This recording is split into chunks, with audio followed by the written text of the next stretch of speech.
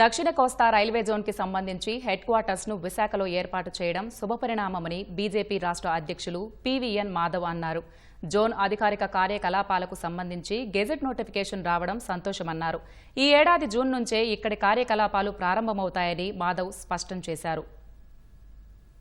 30 సంవత్సరాల పైగా ప్రతి ఉత్తరాంధ్ర సంబంధించిన వాసి దీనికోసం ఆలోచన చేయడం జరిగింది. South coastal railways head quarters అటు విశాఖపట్నం కోసం పోరాటం చేశాం. ఆ విధంగా ఒక స్పెషల్ రైల్వే జోన్ ఆంధ్రప్రదేశ్కి ఇవ్వటం, హెడ్ క్వార్టర్స్ విశాఖపట్నం పెట్టడం, దేశంలో ఎక్కడా లేని విధంగా ఒక రాష్ట్రానికి ఒక జోన్ రావటం ఏదైతుందో నిజంగానే గొప్ప విషయం.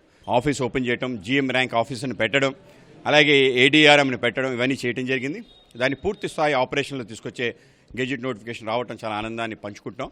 రాబో కాలంలో రైల్వేస్లో పెద్ద ఎత్తున పెట్టుబడులు రాబోతున్నాయి. అన్ని 4 వేస్ అవటం, ఒక బుల్లెట్ ట్రైన్ అమరావతి నుంచి దేశంలోని అన్ని నగరాలకి కలపాలని ఒక ప్రయత్నం, ఇవన్నీ కూడా అద్భుతాలు. జూన్ 1వ తారీఖు నుంచి పూర్తి స్థాయి కార్యకలాపాలు అమలవుతాయని చెప్పారు. ఆ విధంగా మీ అందరం ఎదురు చూస్తున్న ఒక గొప్ప కార్యక్రమం ఉంది. ఆ విధంగా మా అందరికీ ఆనందాన్ని కలిగిస్తుంది.